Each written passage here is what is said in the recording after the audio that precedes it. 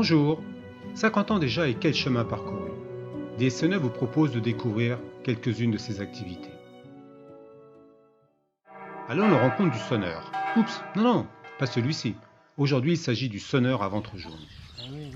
Nous sommes sur un des très rares sites des Deux-Sèvres qui héberge le sonneur à ventre jaune. Depuis maintenant 15 ans, DSNE se charge de son suivi, dans le cadre de Natura 2000.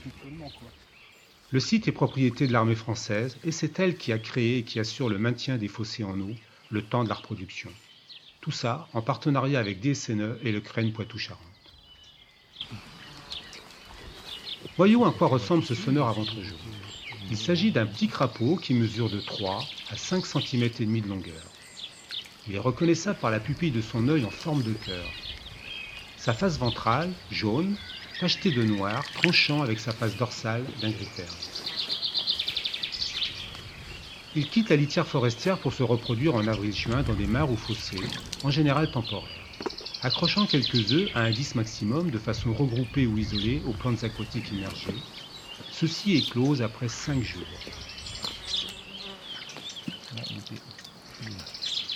Les têtards se métamorphosent 34 à 131 jours après l'éclosion. Dans ce fossé, une quarantaine de sonneurs ont été capturés. Cette abondance est toute relative et ne doit pas nous faire oublier qu'il est protégé et classé espèce vulnérable. Voyons maintenant comment s'effectue le protocole de suivi. L'objectif, c'est de tous les identifier, quoi. Oui. Tous un par un. Voilà. Donc Relève. en précisant le sexe, donc mâle-femelle. Okay. En regardant les juvéniles également, en regardant le nombre de taches à l'intérieur. Okay. Donc, par exemple celui-ci. Donc là on voit bien que c'est un mâle. Il y a les taches, pelotes. les petites pelotes. Ensuite on doit préciser si la tache ventrale est reliée à celle-ci, à la grande tache. Ok. Et ensuite on compte le nombre de taches intérieures. Donc une femelle non liée, 6 taches. C'est bête celle-là. Ah ouais.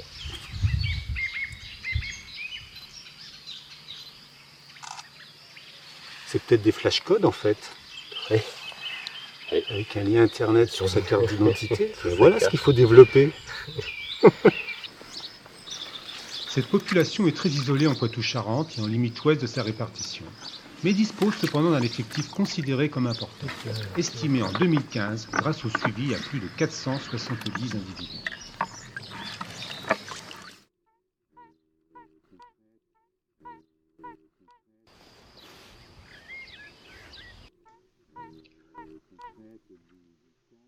Un chemin sous couvert forestier avec de larges ornières, des passages réguliers de bovins et les bottes qui s'enfoncent. Voilà un site de choix pour le sonneur à ventre jaune. Sur la dizaine de fossés que compte le site, ce matin nous avons recensé 104 individus, mais l'effectif se monte parfois à plus de 180 au cœur de sa période de reproduction.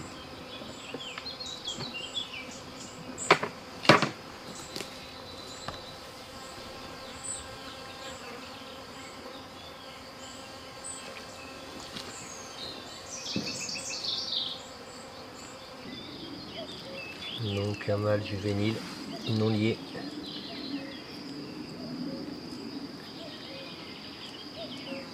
Une tache.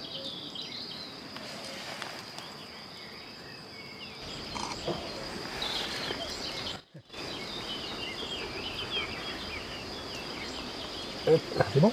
Ouais, faire vérifier. On est épuisé.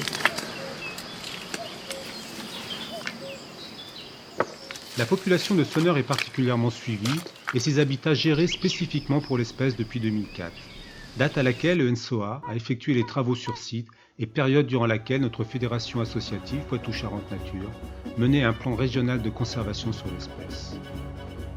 Le sonneur est devenu, avec l'orchestre militaire, l'un des emblèmes de ce terrain de manœuvre.